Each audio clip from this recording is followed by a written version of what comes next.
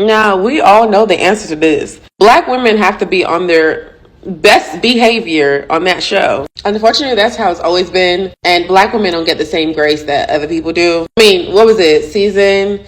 Whitney season. She called Ella selfish. And they made it seem like she said the worst thing in the world. Ella was selfish. One day had an issue with the guy that she was coupled to at the time. I can't remember what year it was. And while he was tucking, she did the and folks were like, oh, she's so rude. She's so this. I'm like, she didn't even really say nothing. People love Mimi because she didn't really go off on people. So when she went off a little bit, it was like, oh, wow, she's sticking up for herself. But had she been fiery like Grace from the get-go, it would have been a different story. We all know how it goes. The reason in America why it was different for Love Island USA is because black women are more supported here than the UK. So when Serena had her issues with Cordell, the black women were like, oh, that's nothing. We understand that. But had that happened in the UK, oh, baby, they would have had Ofcom complaints. Because what's her name? I can't remember her name. The one who was with Teddy. The white girl who was with Teddy. When she went off on him, that was like, okay, you're going crazy. And she wasn't kicked off the show. Had that been a black woman, she would have been off the show immediately. Did you watch the same show I did? Because he not free from this shit either. I remember that man saying, would you want your wife to act this way if shit hits the fan? He wasn't quiet. I believe Kenny was the one who was quiet. The girl was yapping along with what's that that weird one? What's his name? Randall? No, Kendall. Yeah. He might be good now, but we remember. I remember. So I don't know. I don't know who he really got, but maybe Miguel is better now. But I remember I didn't really like him during that conversation. The only person I was supporting during that whole conversation was Cordell because he was the only one who made sense. And he was the one who was not listening to a group of men telling him what to do. Because had it been any other guy in that situation, I feel like they would have listened to their boys. And Cordell was smart enough to go for what he wants and not listen to them little boys. I don't know, maybe Miguel is much better. And that's the scariest part about this whole thing because I'm hearing her retell the story on the video that also captured the first encounter. You on someone else's property. You literally telling that man, this is not your place. And then after, when you're retelling the story to his wife, you talk about, yeah, they were slowly coming behind you. You questioning him on what he's doing and how he's coming back to his property that you are standing on, that you were not invited on, that you were trespassing on. Girl, you left your stroller. And my thing is, I didn't even watch her whole full apology. I could care less. But if you have some type of trauma from, someone breaking or whatever, why are you walking your two young kids so late at night? And my thing is, if you felt real comfortable doing that, why would you think someone driving in your neighborhood is a threat? And then in her apology, I saw a clip of her saying she thought it was a white man she was speaking to. Now, sis. First of all, that comment had me weak. But then his response, slick, had me weaker because that man said, probably not. I talk to them on the daily. They said they're happy for me.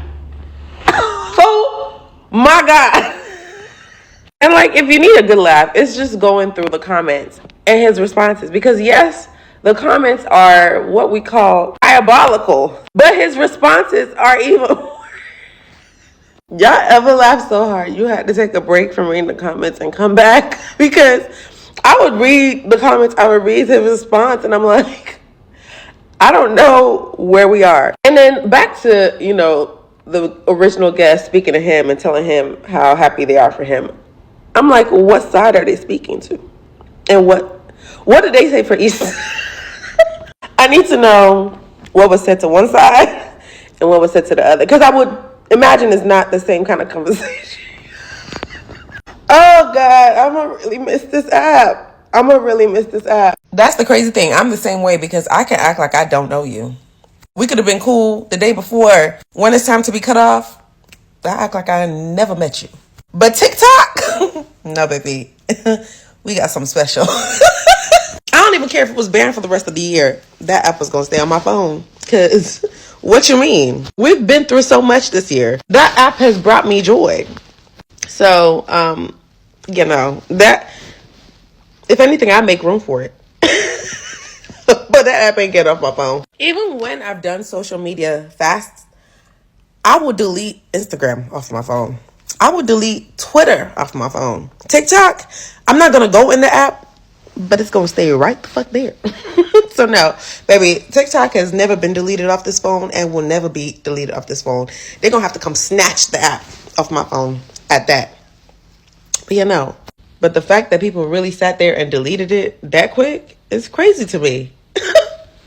You bring up a very good point. So I'm gonna need all the people who had all the hookups during the pandemic, all the folks who knew someone at the Pentagon who were giving us all the tea. I know one of y'all motherfuckers know someone at ByteDance. Because I've been paying for CapCut Pro and I've had no access since the whole, shutdown shenanigans. Like, I'm glad we got our app back. I don't know how long we're gonna have it, but I'm glad we have it back. But I got videos to edit and videos sitting in that app and I have no access to it. I can't do no templates. I can't do no AutoCut. So if I'm paying for an app and I have no access to said app, y'all gonna give me my refund? Actually, no, I don't want the refund. I want the app. Thank you. I have videos to edit. Please and thank you. So the people who be knowing someone who knows someone, can one of y'all talk to someone at ByteDance? Because I need access. A motherfucking sap. Because I know it's not down because of security. Because TikTok is up. So what does my video editing app have to do with security? And I hate the fact that the banner in there talk about a law banning this.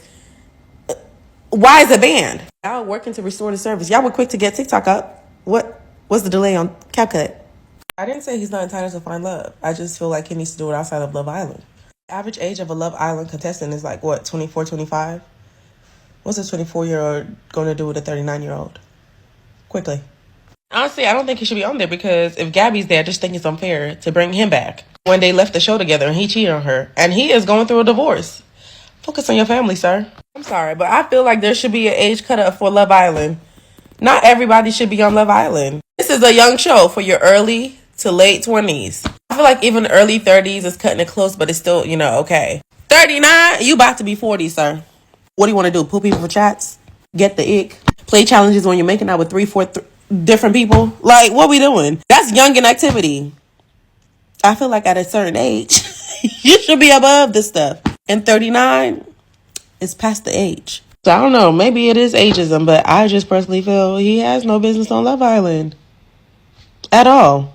You want to find love? It didn't work on Love Island. Let's try outside. Some of the discourse around Love Island always trips me out because I'm just like, a lot of people who drive this discussion would be great storytellers and movie writers and showrunners because the imagination is outstanding. Also the delusion. Because over the past 24 hours, I know they've done like their filming and stuff. I've seen tweets like, oh my God, Hood is not showing up. She did. I was like, oh, she told y'all that? Oh, I see Hood being the boss beat that she is, riding by herself while everybody else is in the van. That's the conclusion you came to? And then I saw one that's just mind-boggling. A girl said Shelly and Ace are jealous of Nick and Alondria. Like ever since they came out the villa, they